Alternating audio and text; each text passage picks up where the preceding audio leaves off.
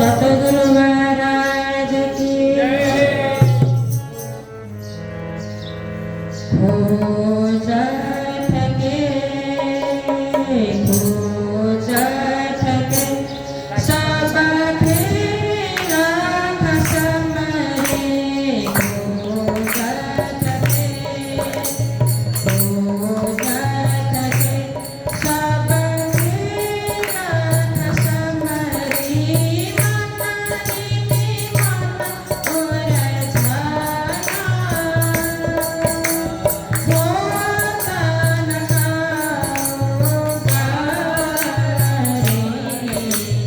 Oh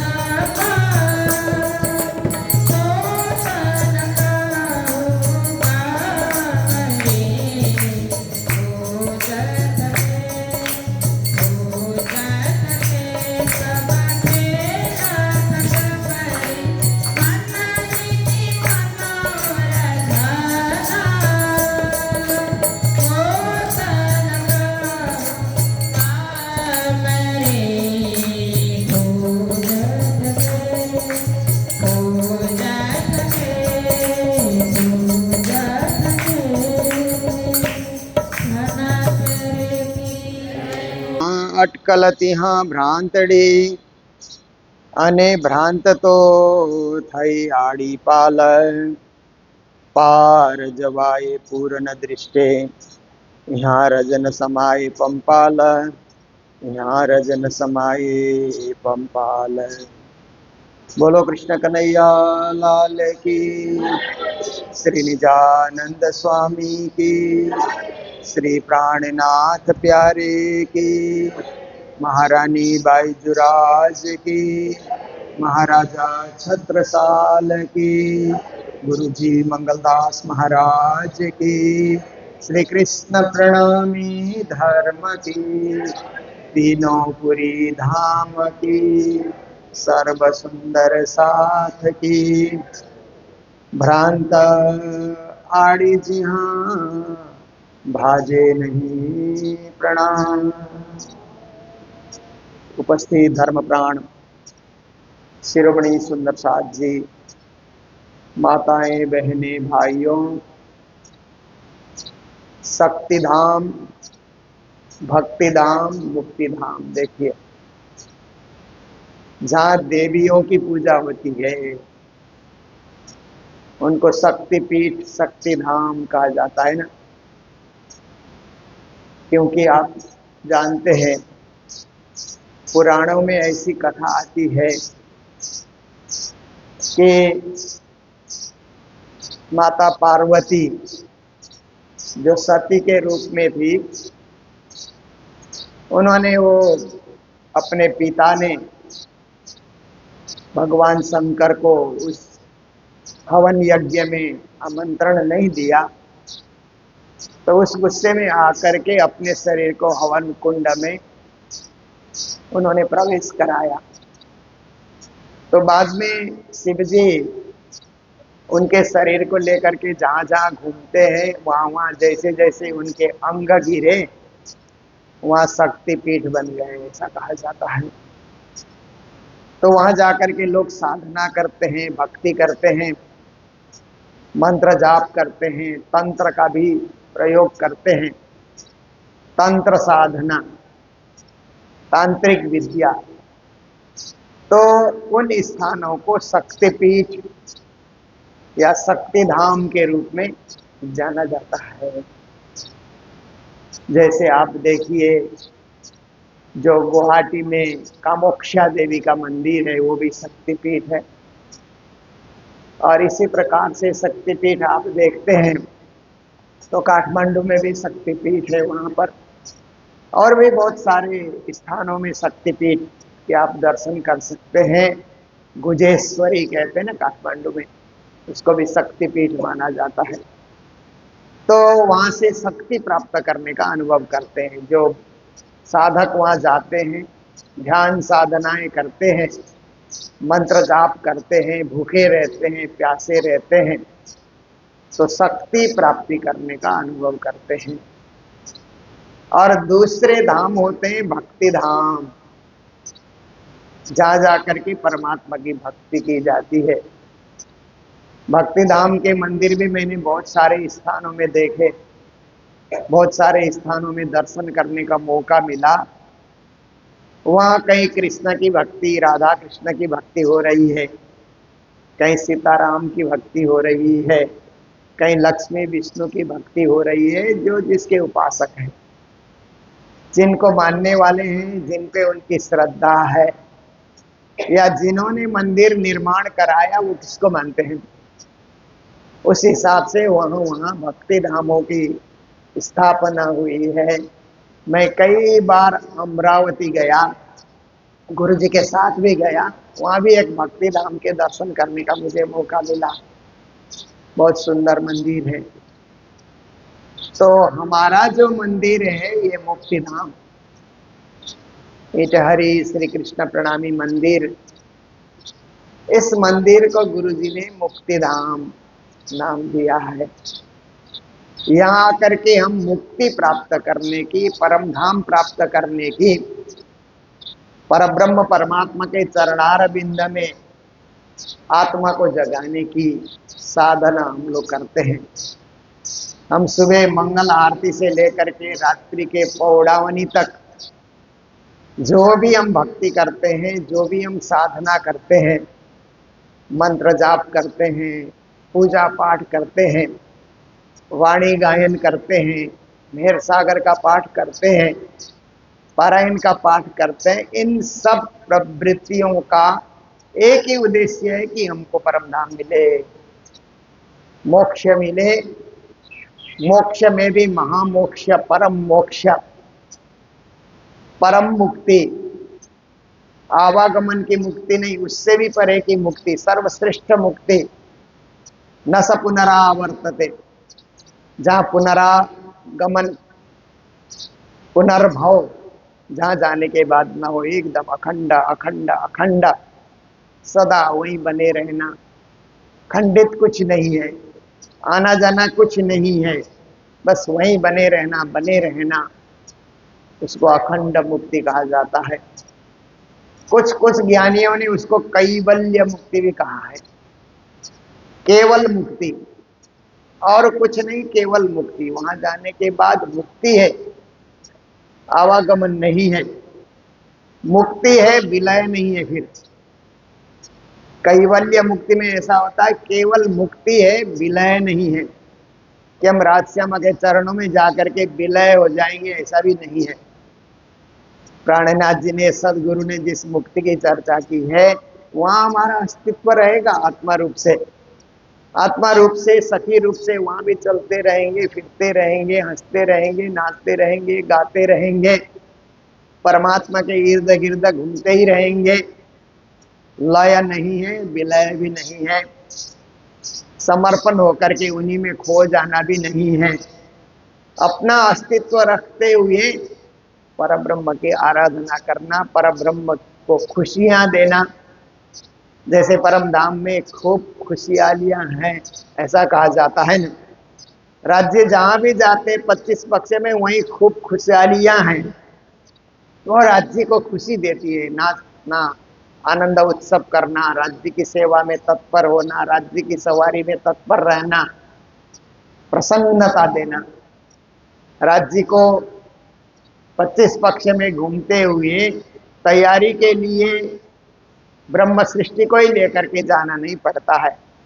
सब जगह खूब खुशहालियां हैं, वो तैयारी कर लेती हैं, पूरी तैयारी, पूरा स्वागत, भव्य दर्शन, दिव्य दर्शन, सब कुछ उनके द्वारा ही वहां पर होती है।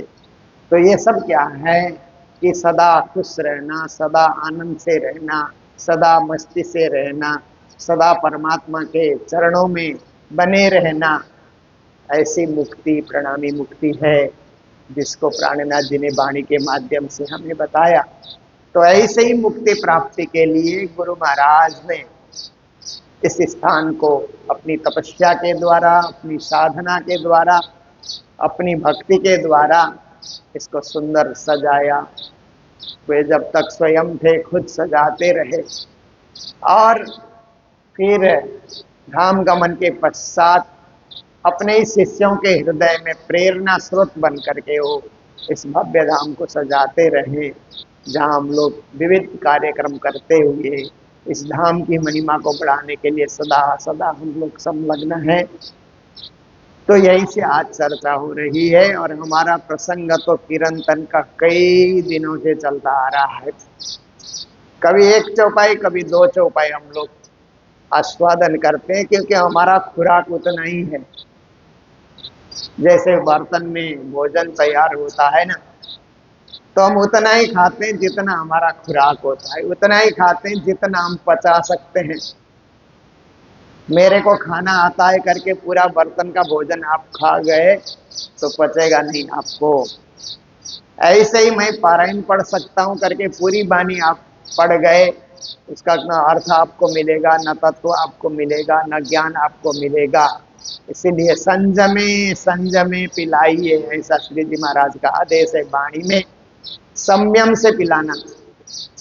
जैसे डॉक्टर दवाइयाँ लिख देता है ना, तो 7 दिन की ये दवाई है, तो इतनी सारी दवाइयाँ होती है, पर एक गोली, दूसरी गोली, तीसरी गोली करके संयम से वो दवाइयाँ ली जाती है ना। डॉक्टर ने दवाई लिखी है करके सारा ही एक साथ नहीं खाया जाता है।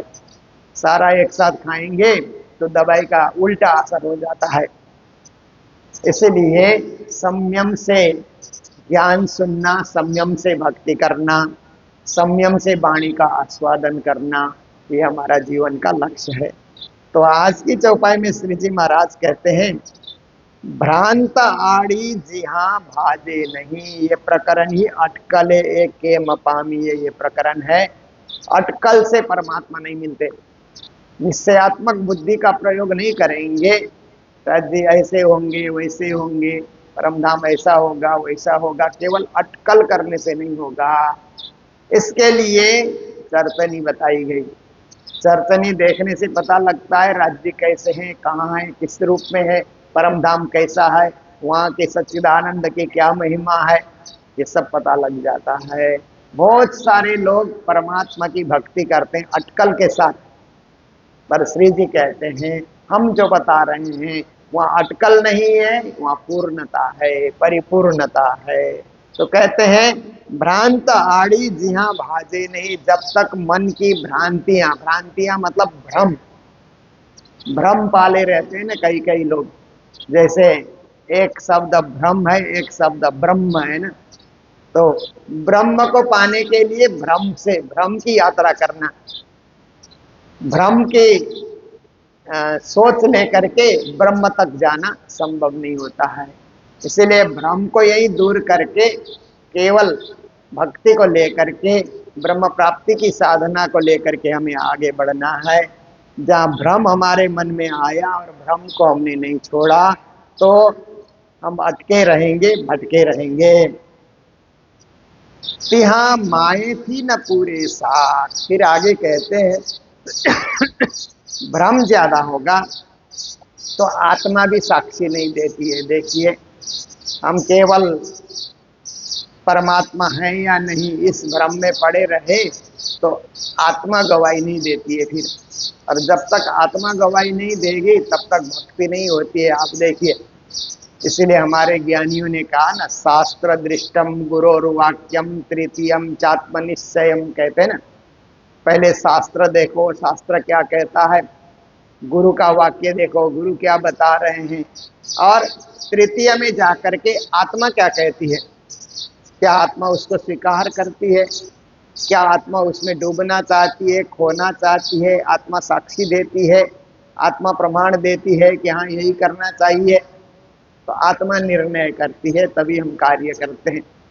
कभी कभी हम कहाँ कहाँ जाने के लिए सोचते हैं, मन कहता है यहाँ चलो वहाँ चलो वहाँ चलो, फिर अंदर से सोचते हैं आत्मा गवाही देती है तभी हम जाते हैं, नहीं आत्मा गवाही देती है तो नहीं भी हम लोग जाते हैं। ऐसे ही परमात्मा की भक्ति में खोने के लिए भी आत्मा के द्वारा गवाही प्राप्त होना बहुत जरूरी है। इसलिए श्री जी महाराज कहते हैं कि हाँ माए थी न पूरे साख, अंदर से आत्मा ने साक्षी नहीं दी तो काम नहीं बनेगा। वचन हृदय प्रकाश ने, कहते हैं कि कोई भी वचन है उसका हृदय में प्रकाश होना चाहिए, वचन का प्रकाश हृदय में जाना चाहिए। देखिए बिजली का प्रकाश जैसे कमरे में आता है, ऐसे ही तारतम का प्रकाश हृदय में जाना चाहिए, और हृदय से वो प्रकाश फिर रिफ्लेक्ट होकर के, परावर्तन होकर के हृदय से वो प्रकाश बाहर निकलना चाहिए। जैसे गुरु शिष्य परंपरा में क्या होता है कि पहले गुरु तालीम देते रहते हैं ना, शिक्षा देते रहते हैं, प्रशिक्षण करते रहते हैं, सिखाते सिखाते सिखाते रहते हैं।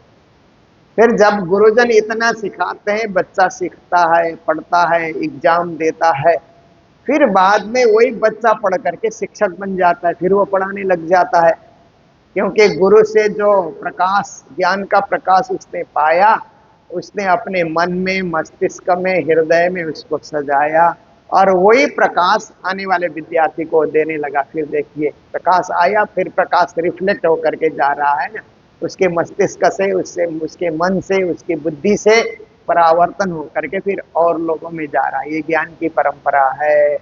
तो ऐसे ही हमारी जो तालीम परंपरा है, प्रणामी पद्धति में वाणी की तालीम, वितक की तालीम, आप देखिए चरतनी, विराट, ये सब जो सीखी जाती है, पहले गुरु से सीखते हैं, अपने मन में बसा लेते हैं, फिर अन्य सीखने वाले आते हैं तो उनको फिर हम अच्छा से पढ़ा सकते हैं।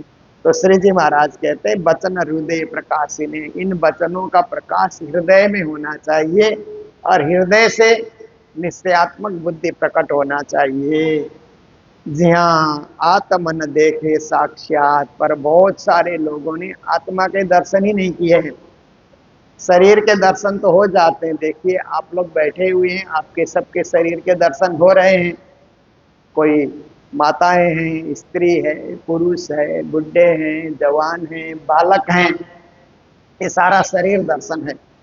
पर आत्मा दर्शन नहीं होता, क्योंकि आत्मा तो अंदर छुपी हुई है ना, छुपी हुई अदृश्य शक्ति है आत्मा, इसीलिए उस आत्मा के दर्शन नहीं होते हैं।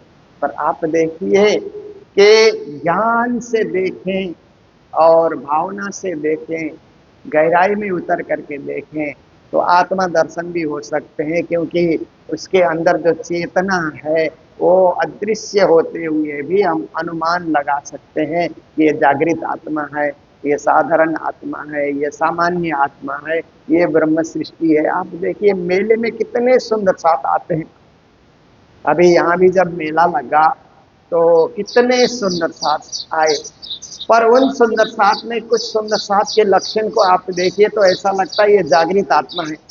उनकी भक्ति, उनकी साधना, पारायण पढ़ने के लिए भी कई कई ब्रह्म मुनि बैठते हैं तो इतनी साधना से पारायण पढ़ जाते हैं, एक एक चौपाई पढ़ते हुए, उसका मनन करते हुए, समझते हुए पढ़ते हैं।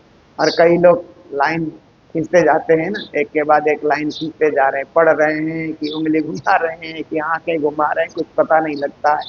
तो ऐसे ही हर क्षेत्र में सेवा करने वाले में किसमें कैसी आत्मा बैठी है, उसकी साधना को देख करके पता लग जाता है।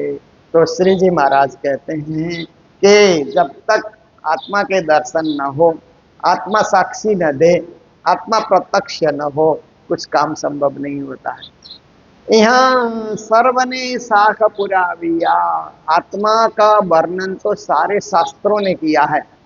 भागवत ने किया, गीता ने किया, रामायण ने किया, सारे पुराणों ने किया, वेदों ने किया। वेदों ने आत्मनम विद्धि कहा ना, आत्मा को जानो, देखिए स्वयं को जानना। एक शब्द होता है आत्मा और एक शब्द है आत्मा, देखिए दोनों मिलते जुलते ही हैं और दोनों का अर्थ भी लगभग समान समान ही होता है। पर आत्मा कहने से स्वयं ऐसे अर्थ किया जाता है कि आत्मा ऐसा शब्द आ गया तो स्वयं को समझना चाहिए। तो आत्मा कहा तो स्वयं के अंदर जो चेतना है वो आत्मा है। तो है तो एक मिलती जुलती बात ही है कि आत्मबोध, आत्म तत्व ऐसे कहा तो स्वयं का बोध हो जाना, स्वयं के अंदर जो अदृश्य तत्व है उसको समझना। तो उसी अदृश्य तत्व को ही हमारे शास्त्र ने आत्मा करके कहा। तो श्री जी कहते हैं कि वेदों ने भी, पुराणों ने भी, जैसे गीता ने आत्मा के विषय में क्या कहा, नैनम छिन्दन्ति शस्त्राणि नैनम दहति पावक न चैनम क्लेदयन्त्यापो न शोषयति मारुत अच्छेद्यो यमदायूयमक्लेद्यो स्वस्य एव च नित्य सर्वगत स्थाणुर्लचलोऽयं सनातन। ये गीता का प्रमाण है आत्मा के लिए कि किसी हथियार से नहीं काटा जाता और किसी पानी से गीला नहीं किया जा सकता, हवा से सुखाया नहीं जा सकता, अग्नि से जलाया नहीं जा सकता है। आत्मा अछेद्य है, अवेद्य है, अदाह्य है, अक्लेद्य है, अशोष्य है, ये गीता का प्रमाण है। तो इस तरह से आत्मा तत्व का बोध होता है। प्राणनाथ जी कहते हैं आत्म दृष्टि जुड़ी पर आत्म तब भय आत्मनिवेद, या विद लोक लखे नहीं कोई, कोई भागवंती जाने या वेद। कहते हैं ना, आत्मा दृष्टि परमात्मा से जुड़े, उसी को आत्मनिवेदन भक्ति भी कहा जाता है। तो ऐसे सभी ने आत्म तत्व का बोध कराया और प्राणनाथ जी ने आत्मा का ठिकाना भी बता दिया। औरों ने बोध कराया पर आत्मा का सही ठिकाना क्या है ये प्राणनाथ जी ने पक्का पक्का करके हमें बता दिया। तो यहाँ पर यही कहते हैं कि आत्मा न देखे रे साक्षात, यहाँ सर्व ने साख पुराविया, गुण अंग इंद्री ने पख, शास्त्रों ने तो साक्षियां दी पर हमारे शरीर के अंतर्गत गुण अंग इंद्रियां है ना, वो भी आत्मा है ऐसी साक्षियां दे रही है। कैसे दे रही है कि जैसे हम आंख से देखते हैं ना, जैसे हम मंदिर में आए तो मंदिर के दर्शन हम करते हैं, तो मंदिर के दर्शन करते ही राजश्यामा का स्वरूप जब दिखलाई देता है तो फिर हमारी आत्मा कहती है यही हमारे धनी हैं, यही हमारे पिया हैं, यही हमारे स्वामी हैं, आत्मा साक्षी देने लग जाती हैं। तो इस प्रकार से आंख हमारी इंद्रियां हैं, पर दर्शन करते ही आत्मा की साक्षी आंख भी देने लगती है। कान हमारी इंद्रियां हैं, परंतु कानों से जब परमात्मा के विषय में हम सुनते हैं, परम धाम के विषय में सुनते हैं, तो कान भी प्रमाण देने लग जाते हैं। ऐसे ही जो वाणी हम गाते हैं, वाणी हम बोलते हैं, वो भी परमात्मा होने का साक्षियां देने लग जाती है। और हमारे हाथ भी सेवा में लग जाते हैं, ये भी साक्षियां दे रही है। पाँव भी चल करके आते हैं, जैसे मंदिर में घंटी बजती है आरती की, तो हम दौड़ दौड़ करके कमरे से चल करके आते हैं, क्योंकि आत्मा साक्षी दे रही है। तो इस प्रकार से गुण अंग इंद्रियां भी आत्मा होने का साक्षी दे रही हैं कि ये तो भक्ति आत्मा की भक्ति है, परमात्मा तक पहुंचाने वाली है, इसलिए हमको सहयोगी बनना चाहिए। सब गुण अंग इंद्रियां उसके लिए सहयोगी बन जाते हैं। आउद सर्वे समारिये, अब कहते हैं कि परम धाम जाने के लिए, परमात्मा को पाने के लिए कुछ हथियार, आयुध का अर्थ होता है आयुध कहा जाता है। ए ना आयुध अमृत रूप रस, ऐसे करके हथियार कहा ना, वो तो माया के हथियार है। पर ब्रह्म प्राप्ति के भी हथियार है, वो क्या है? सेवा सुरत समारिये करना, यही काम। ब्रह्म प्राप्ति के लिए हथियार हैं सेवा, भक्ति, शील, स्वभाव, संतोष, सद्गुण, सदाचार, सद्भक्ति, ये गुण है ब्रह्म प्राप्ति के लिए। तो ऐसे गुणों को सजाना चाहिए। देखिए कहीं भी हम लोग जाते हैं तो गुणों को सजा करके जाएंगे तो गुणी बनेंगे, अवगुणों को सजा करके जाएंगे तो अवगुणी बनेंगे। अवगुण का प्रदर्शन करेंगे, हमने जिस चीज को अंदर सजाया वही बाहर प्रकट होता है। बाहर हम सज के गए, परंतु बखत आने पे अंदर का ही प्रकट हो जाता है। इसीलिए सदा हमें क्या करना है कि अपने हथियार, सतगुणी हथियार को हमें सजाना है। आउद सर्वे समारिये, श्री जी महाराज कहते हैं शील, संतोष भाव, भक्ति, प्रेम, सद्भाव, अद्वैत भाव, इसको आप सजा करके रखोगे। ये तो अलख ही ने करवी से लख, क्योंकि दुनिया जिनको अलख कह रही है उनको लख देखना है। अलख निरंजन कहते हैं ना। आप योगियों के पास जाइए, सन्यासियों के पास जाइए तो अलख निरंजन ऐसा कहते हैं, उनका महामंत्र है अलख निरंजन। अलख निरंजन ये उनका महामंत्र है, इसका जाप वे लोग करते हैं। तो अलख का अर्थ होता है दृष्टि से परे। ये जो हमारे पंच भौतिक दृष्टि है, इससे परे होने के कारण इन दृष्टि में वे नहीं नजर आते, इसीलिए अलख कहा गया। और निरंजन का अर्थ होता है, अंजन भी आंख को ही कहते हैं। निरंजन का अर्थ होता है आंख की दृष्टि से परे है, तो दोनों ही, इसका मतलब शून्य निराकार। अलख निरंजन का दूसरा अर्थ हुआ शून्य निराकार। तो ब्रह्म शून्य है, ब्रह्म निराकार है, दृष्टि में नहीं आते पर हैं, उनको हम मानते हैं, उन पे हम विश्वास करते हैं, उनकी आराधना करते हैं, पर हमारी दृष्टि में, हमारे नेत्रों से वो परे हैं, ये नेत्रों का विषय नहीं है।